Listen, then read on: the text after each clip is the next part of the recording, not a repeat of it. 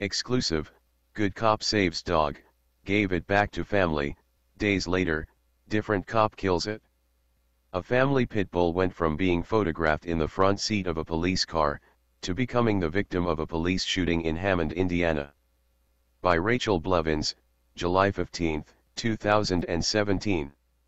Hammond, Indiana, the same dog who was featured on the news as the friendly pit bull sitting in the front seat of a police car just 2 months ago, was featured on the news for an encounter with police once again this week, but this time, it was for a sad and heartbreaking reason.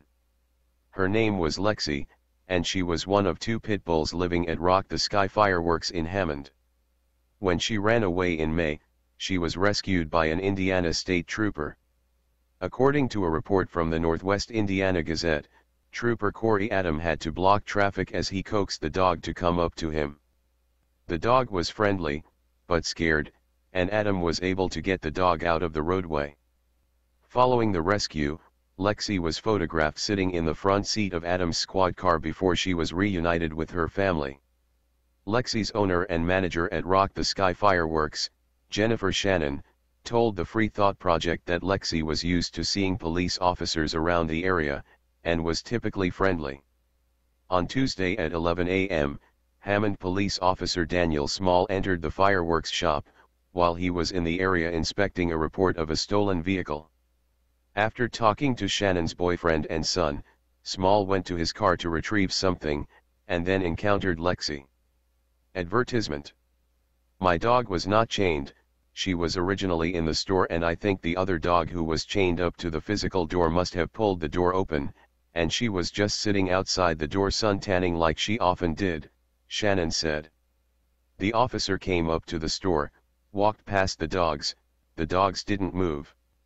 He came into store, talked to my boyfriend and son, and then said he needed to get something from his car. He went back out, the dog got up and ran toward him.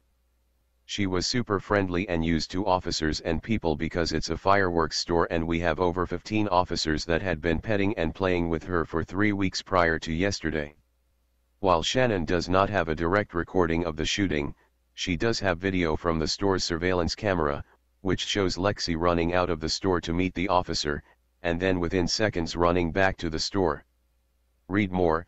Retired cop shoots man in subway, video shows NYPD arrest the man trying to save him. She ran toward him in the video and literally within seconds runs back with 2 bullet holes begging to get back into the store, Shannon said.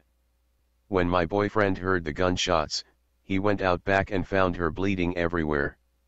He asked the officer what happened and he responded that she ran at him. Shannon told the Free Thought Project that she learned about the shooting when she received a call from her boyfriend. She said she asked to speak to the officer, and when Officer Small did get on the phone, he simply said, "She ran at me so I shot her." When Shannon told Small that Lexi was pregnant, and would need immediate medical attention, she said he responded by saying, "She should have been tied up," and then hanging up the phone. While Small's initial explanation for the shooting was simplified by the claim that Lexi ran towards him, the statement released by the Hammond Police Department was much more in-depth, and detailed an encounter in which the dog lunged at his right calf, snapping, barking, growling and attempting to bite him.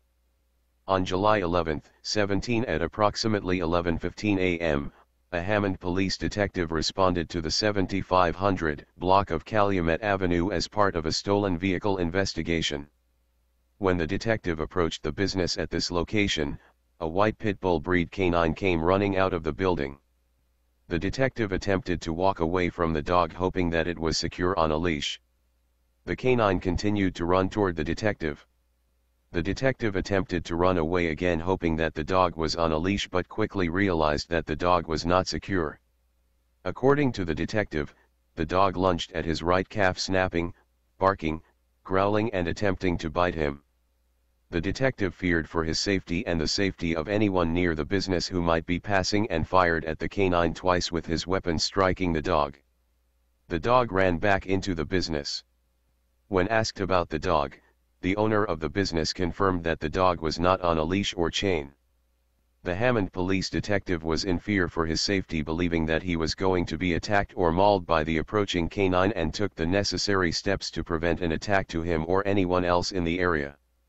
Based on the short span of time captured on the security camera, and the fact that she heard Small telling his bosses that the dog simply ran at him several times, Shannon said she does not believe the accusations from the statement. Read more. Watch, police open fire after mistaking rappers making a video for actual crime. There was no time for what the officer states, Shannon said. His release statement is that the dog was biting and nipping at his leg when he shot her. That is impossible. She literally runs there and back in 8 seconds. No time for tugging or anything else. By the time Shannon arrived at the scene, she said 40 minutes had passed since the shooting, and Lexi had still not received medical attention, but was still alive, bleeding everywhere. Lexi had 2 gunshot wounds in her stomach and lower back. Shannon described a horrific scene in which they traveled to 3 different vet hospitals, attempting to find a vet who could treat Lexi. Ultimately, Lexi succumbed to her injuries, and both she and the puppies she was 6 weeks pregnant with, died. I'm just devastated, Shannon said.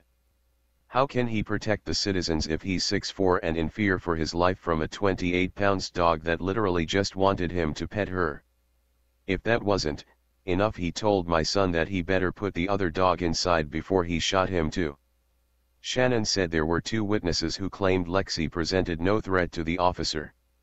In addition to a lack of remorse, and an escalation of the story's details, Shannon said her latest problems with the Hammond Police Department are nothing new.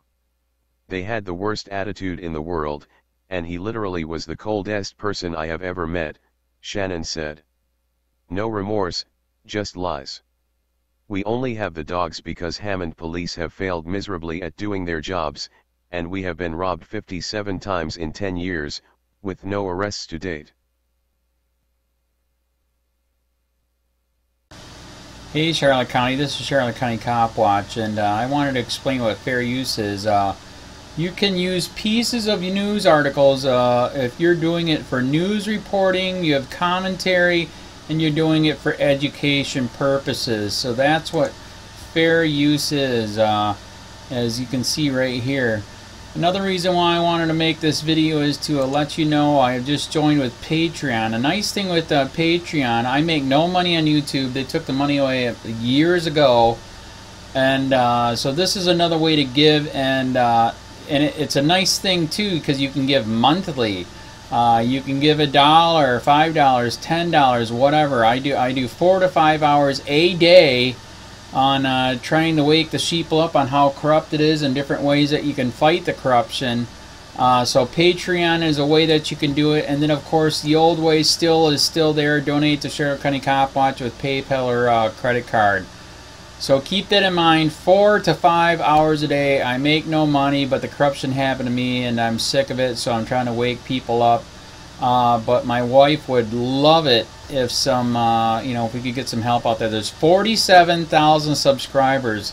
Just think if each one of you subscribers just gave let's say actually yes, $1 a month. 47,000 subscribers gave $1 a month. That would be awesome. That's not going to happen. But anyways, that would be great if it did happen. But do the math in your head. Just think about it. Like I said, 4 to 5 hours a day. I get no money from YouTube. YouTube has gone nuts. You can't do anything anymore.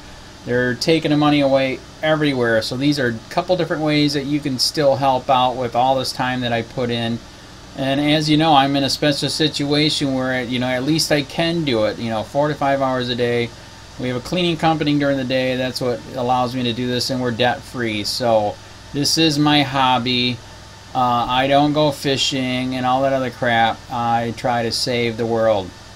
So help me out to make the wife happy, man. In fact, if you guys did give $1 a day, and there was 47,000 of you, and you did it, and each of you gave $1, and that was every month, oh my God, yes, I could quit. I could start suing them. Another idea too that we have is, if I got, you know, some funds, we could actually contact everyone that has been ticketed and or arrested and put in jail and start sending them postcards to let them know we're here and to see if everything went all right, and if it didn't, find out their story. So we could even do more investigations and more lawsuits. Lawsuits take money.